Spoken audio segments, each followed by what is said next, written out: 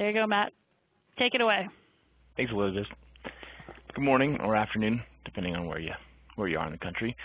Today, we want to walk through PacketTrap PSA and give everybody a better idea of how it's all put together and some of the features and benefits that you should expect as a subscriber. We're going to do this a little bit differently, and just to give you an idea of my role, I've been with the company for about 7 years on the PSA side, and when we say PSA, Professional Service Automation, and my role now is to support our team and our customers in getting a better understanding of how the tool can help, and that's demos and emails and whatnot. So I've got, especially since the last, say, 6 months, a lot of experience meeting with a lot of folks and walking through different scenarios. And so today we'll kind of take this apart little by little, and then we'll do a kind of cradle to grave or day in the life of a request. What I've noticed a lot of times in the demos that we've done is, an hour-long demo becomes overwhelming. And we are doing small 2-3 minute snippets of different pieces of the application. So if you want to go to our community and take a look at those, you're more than welcome to. This is hopefully going to take place and answer some questions for the folks who want something a little bit more lightweight, want to get an idea if this is a good fit for them, and hopefully at the end of the day, get you started moving forward. I'm going to go ahead and log into my account of PacketTrap PSA, and here I am at the billing tab. What we want to do is, again, take this apart, and I want to show you the end result first, and then we're going to go through and walk through how we got here. And what we're looking at is our billing dashboard. So what, right? What does this tell me? Well, what it's showing me is today's Friday, and I've got 3 tickets that have been completed, and they're really ready to go for billing. So we've got $1,167 ready to go to our accounting system. Below we see all the recent batches. On the right we can see some widgets that have shown us what our service billing to month is and the number of closed tickets. But why did I start here? One of the biggest complaints that we have and we hear from customers is, man, I just hate spending my Friday afternoons when all my workers, my family, my friends, they're out and getting ready to start their weekend, and I'm sitting in front of my accounting program entering invoices. So today's very fitting, being Friday, that this is typically the day where you'll open up, maybe let's say QuickBooks, and start to key in all the invoices for the week, and hopefully you finish by dinner time. If not, you may be back in the office tomorrow. So here we see our tickets queued up, ready to go to our accounting system.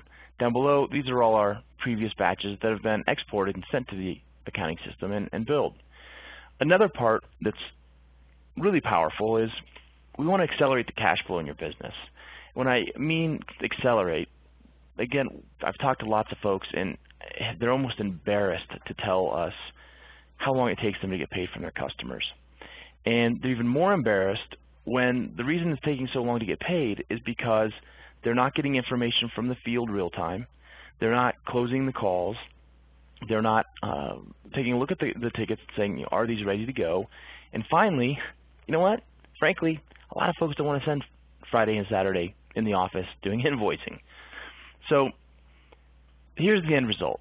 We're literally 1 click away from exporting this and getting invoices out today.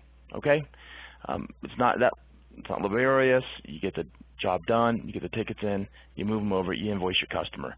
Accelerating cash flow means we get the invoice out that day, and we hope to see our customers pay much sooner than had we got this invoice out, let's say 2 weeks from now, especially if we have net term with our customers, let's say 30 days. If it takes me 4 or 5 days to get the information into my system, my accounting system, 3 days to send it through snail mail, their accounts receivable people stamp it as soon as it comes in the door, so we're net 30 from the time that the business or our customer receives our invoices. So a lot of folks, 45 days is pretty good for them. Leveraging PacketTrap and extending technology out into the field and getting real-time updates from your technicians allows you to send these invoices to your customers today, not tomorrow, not next week, and hopefully, again, on the net terms, actually see payment a lot sooner than 30 days or 45 days, or in some cases, people are months behind in their invoicing. Okay, so enough about the billing. Let's talk about how we got there, and I'll explain a little bit more about PacketTrap. I like to start with the customer.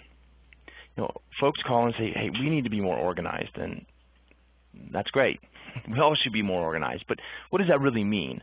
And that varies from I need to get the paperwork off my desk to I just want my customers in one central location that anybody in the organization can get to without messing up my accounting software.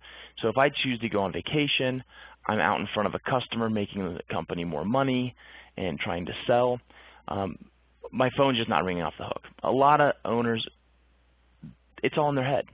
And so what folks typically mean by organization, and it could be different in your business, but lots of folks are just looking for a central location that's buffered from their accounting system where they can find all of their customer information. Sitting at the customer list here, I can see down the left side all of my customers. I can use the quick jump keys to find my customer, and I can do a search. We're going to pull up my favorite customer here, Pikes Peak BMW. So Pikes Peak BMW is a customer that we, PacketTrap PSA in this case, is the company name. We can see in the upper right, service. So let's pretend the phone rings and it's Brian with Pikes Peak BMW. I quickly go to my customer list. I find the customer. I pull the customer up, and now I'm sitting at the customer profile. And we happen to have landed on the Overview tab. The goal of this tab is to show you the most recent and pertinent information for this customer. For example, I don't suppose you get phone calls which we call status checks that often, but in some cases, folks do. And a status check is a phone call in to see what's going on. Did you open a request for me? Is a tech coming out? What's the status of my call? Based on, these are some older statistics, but based on some help desk statistics, a phone call coming into the organization costs you $25. And when that's a status check, those are calls that hopefully can be deflected or reduced with using a tool like PacketTrap.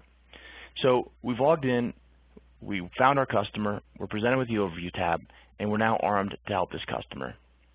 With the alerts and notifications that go out, we want to bring the customer into the loop.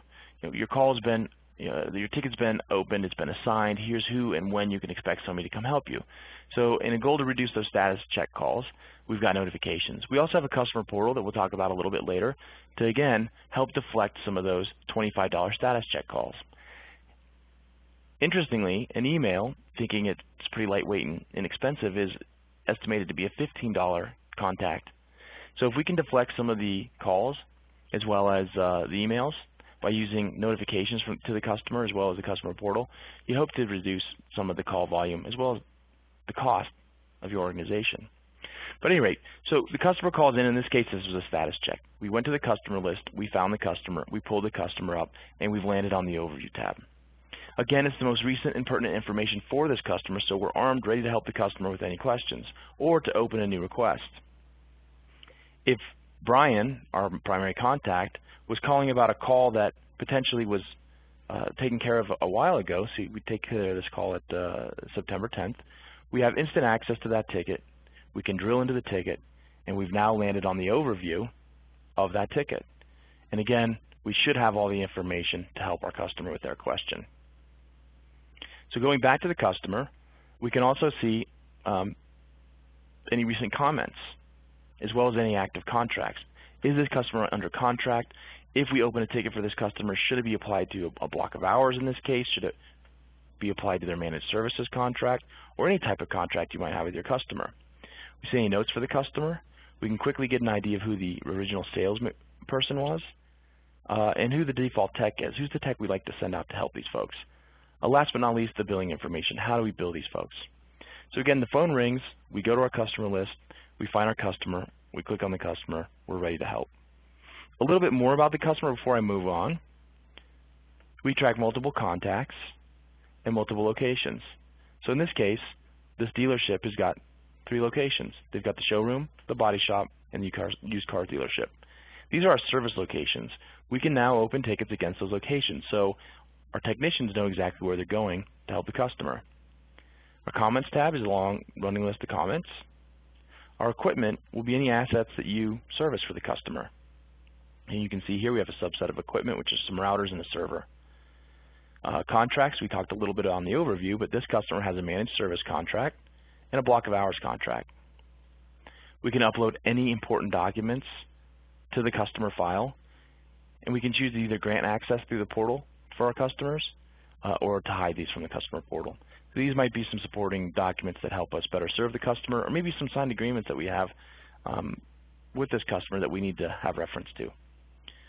The History tab allows us to quickly search the entire customer's history quickly. So as you can see here, we've got 74 tickets. Instead of wading through them tab by tab, we can look at quickly all tickets that are open for this customer. And here I sit ready to help with any questions. Last but not least, customer-centric reports. Good example. When I was in business for myself, it was inevitable that once a year, this one customer, our largest customer, would call me and ask me to get together an entire list of everything we've billed them that's contract, going against a block of hours, and billable over, say, a 10-month span. Well, back in the day, without a tool like PacketTrap, I would have to ask our controller to print everything out of QuickBooks. I would then take a nice, large manila envelope full of invoices over to the customer site and sit there and spend a few hours instead of selling new customers trying to help this customer understand their billing. With PacketTrap, you could simply log in and run a quick service billing by month for this customer. In this case, he was questioning the entire year, so let's take a look at that. So now I can print this, be on my way. I don't have to waste the time of my controller. I can actually help this customer over the phone instead of taking 2 hours out of my day. And I could potentially export this, print it, and send it to him in an email. Okay, going back to the customer profile, let's walk through the generation of a ticket. Again, the customer calls, we go to our customer list, we find our customer, we land on the customer's overview, and in this case, Brian wants to open a new ticket. So over on the right-hand side, I go to the actions, I simply click New Ticket, and I put in the description of the problem.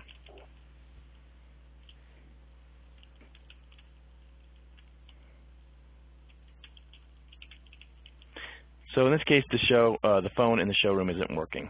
Because we open a ticket from the customer profile, we know it's the customer. We have the location pulled up. We here can change the location if we needed to. We can also create new location.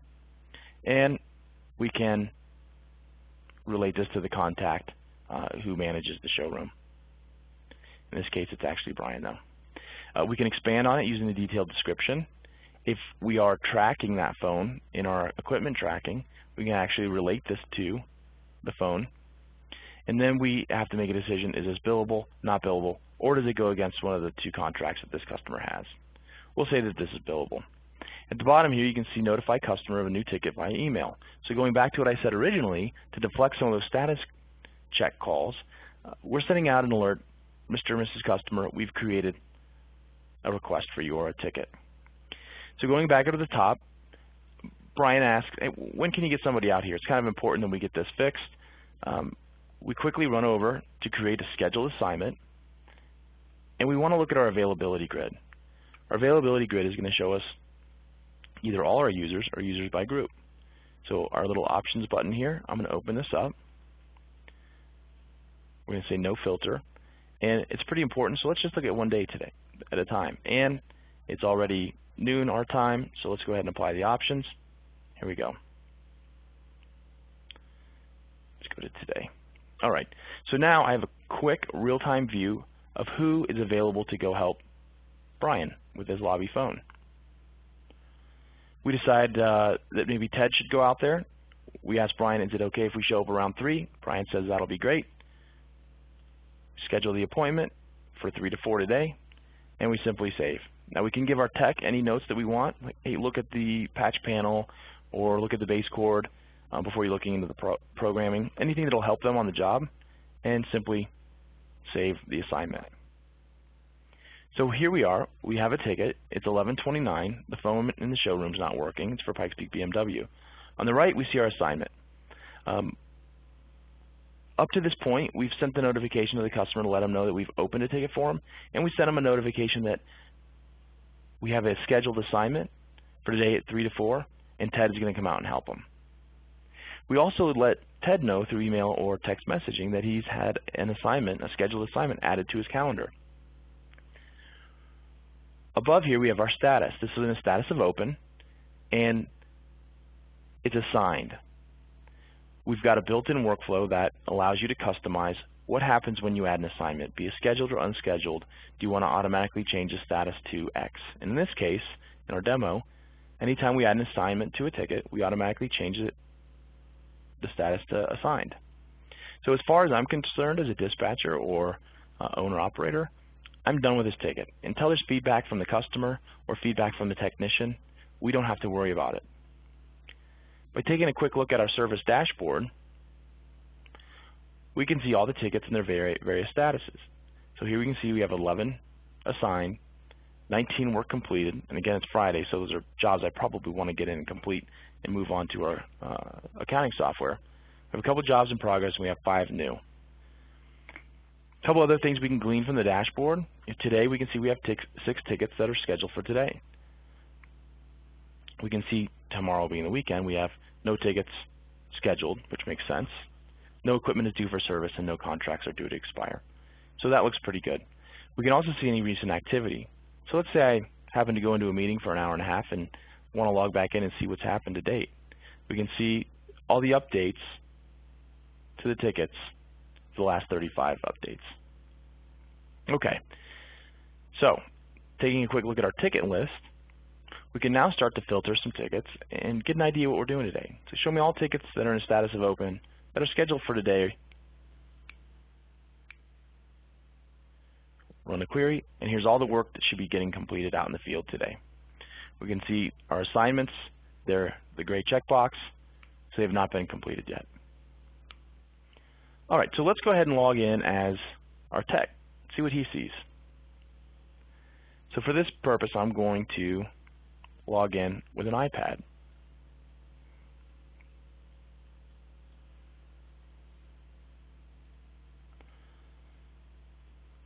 Every user of PacketTrap can have a mobile login as well as a regular login.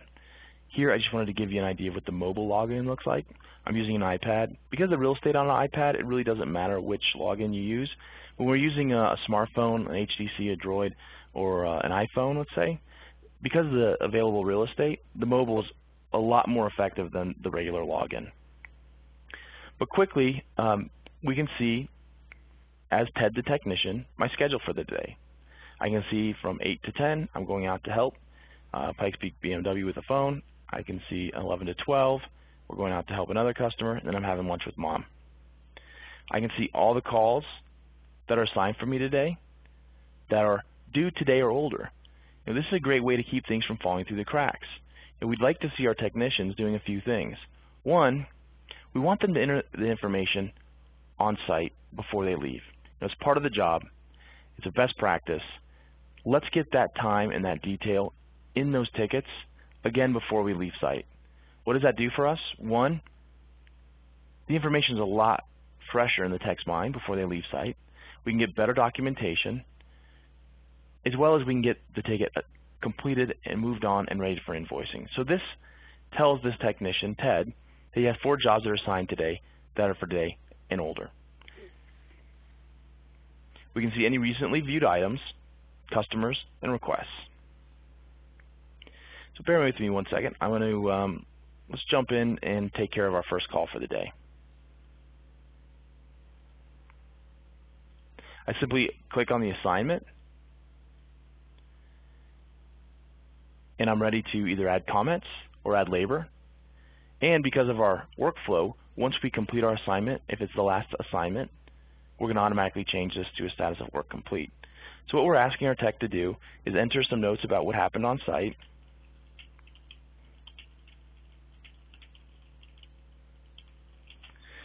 how many hours, so in this case it took 2 hours and 15 minutes, and simply hit save.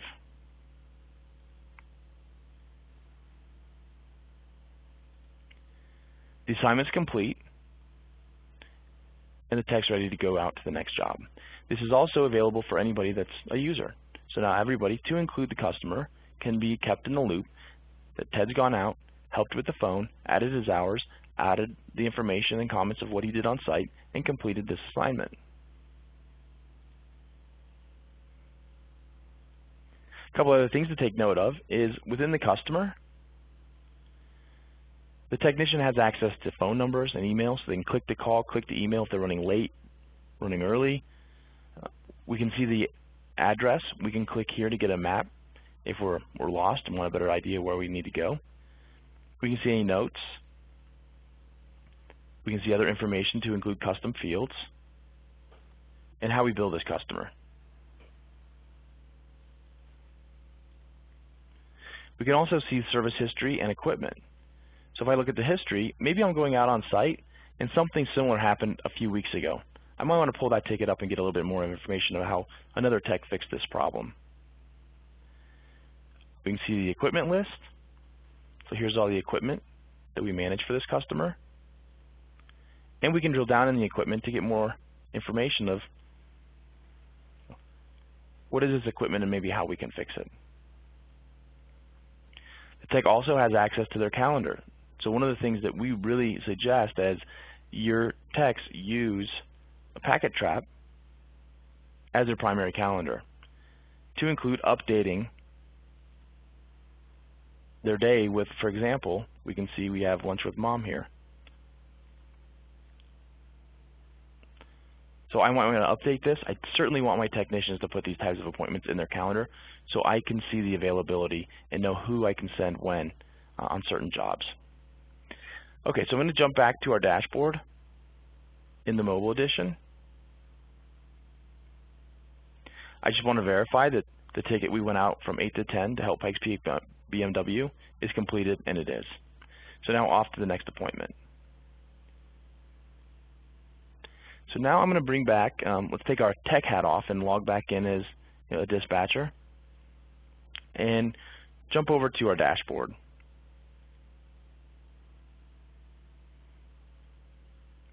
So here, I could have been alerted as a service manager or an account manager that a ticket had changed status from assigned to work complete. That would key me into, let's get that on and moving on to invoicing. Or I can take a quick look at my dashboard. And we can see here we changed the status in our recent activity for Pikes Peak BMW. The system changed it to work complete. And some labor was performed by Ted Smith. So let's drill into all the tickets that are work complete. We want to get some invoices out the door. So here, service request 1123 is in the status of work complete, and Ted has completed his assignment. By clicking on the ticket, it'll take us into, again, the ticket overview. Here we can glean some information about what happened on site, the equipment we serviced, the last 3 log entries, and any labor, materials, and expenses that were added to the ticket. Let's take a better look at the items. Items are going to be labor, materials, and expenses. Here we can see 2¼ hours, and we have some notes here. The red notes mean that's a private note. Let's edit that. We want our customers to see it.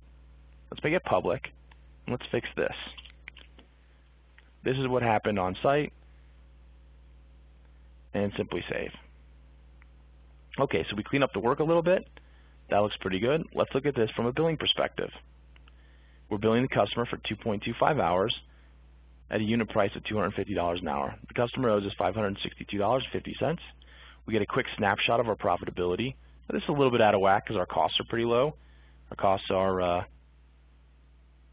$60, so about $30 per hour.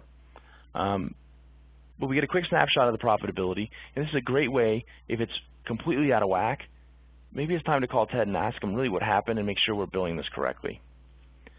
Additionally, while Ted was out in the field on the iPad, he could have captured the customer's signature on the billing summary. So here shows what we did. We could present this to the customer and have them sign off on it. Now, bear with me, my spelling is on this is not so well, and this is with a mouse. Typically, this would be done with the iPad. You can just sign it with your finger or a stylus. Okay, there's Brian. Submit the signature. It's at the bottom of the billing summary, time, date, and user stamped. Now this is in the system. It can't be left in a clipboard over the weekend. It doesn't get stuck between the cracks in the work truck seats. It doesn't get left at the customer site. This is now captured and saved on the attachment for this ticket. In addition, if we wanted, our technician could certainly email this to the customer after it was signed off on. Okay, so part of my review, I want to just make sure that that attachment was added. And sure enough, here's our billing summary. Again, it's kept here forever. It can't be lost, can't be deleted. And we can substantiate billing. If we get a phone call from the customer say, I never authorized $600 worth of work, we have it here as a record. We can pull it up and say, well, Brian, I can see you signed off on that. It gives us a little bit of ammo to get paid. Last but not least is the log. This is cradle to grave. What's happened to this ticket? Who has done what when? So if this all looks good, I simply want to give it my stamp of approval by changing the status to closed and adding any comments on the status change.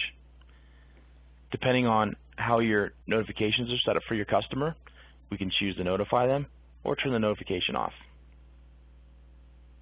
The status badge goes to closed, and it rolls over to our billing tab. Now we can see that ticket has been added to the queue, and now we've got $1,730 worth of billing to get out today. So from a high-level overview, really what we want to do is accelerate payment. We want to get real-time information from the field and get real-time updates from the field. We want to be able to take care of our customers better and keep them in the loop. The last piece I want to show you is going to be our customer portal. So I'm going to go over to our settings, and this is where we do all the back-end configuration. And I'm going to go to the customer portal. Here, I just want to look to see, make sure we've got some logins. Sure enough, Brian is a login. And I want to go to my URL as if I'm the customer. Here, I'm going to simply log in as Brian.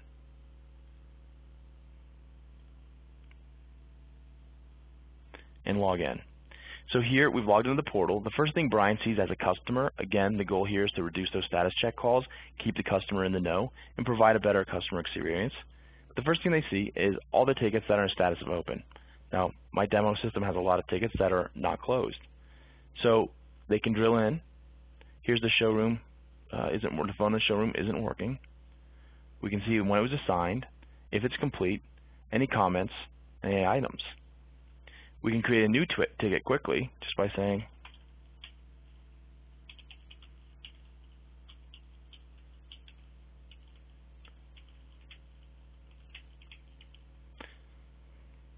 and they can associate it to a piece of equipment.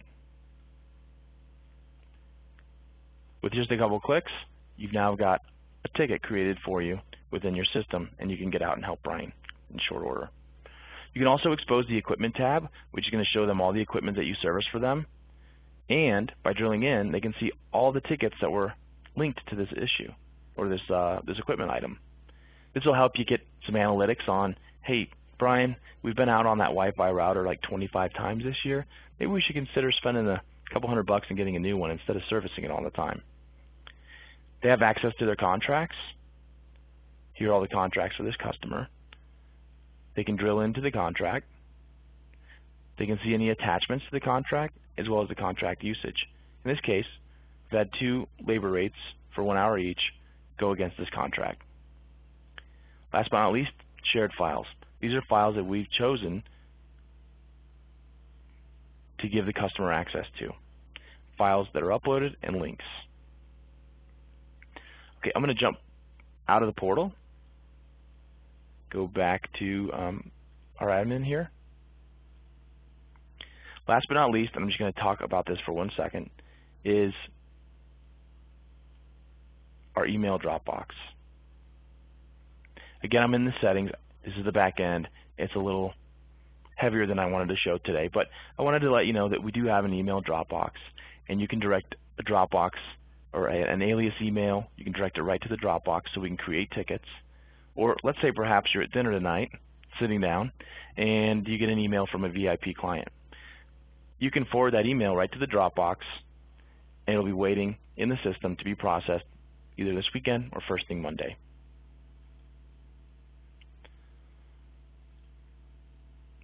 So the goal of today's webinar was really to show you how we can accelerate payment, how we can move things through the organization quicker, and how we can extend technology out into the field while keeping the customer in the loop. For more information, feel free to reach out to any of your Quest or PacketTrap territory managers. I'm going to pull up the slide here in just 1 second and give you the information there. There we go. So feel free to reach out to PacketTrap. We can help you with one-on-one demos and certainly walk you through the tool in your situation. Thanks for your time.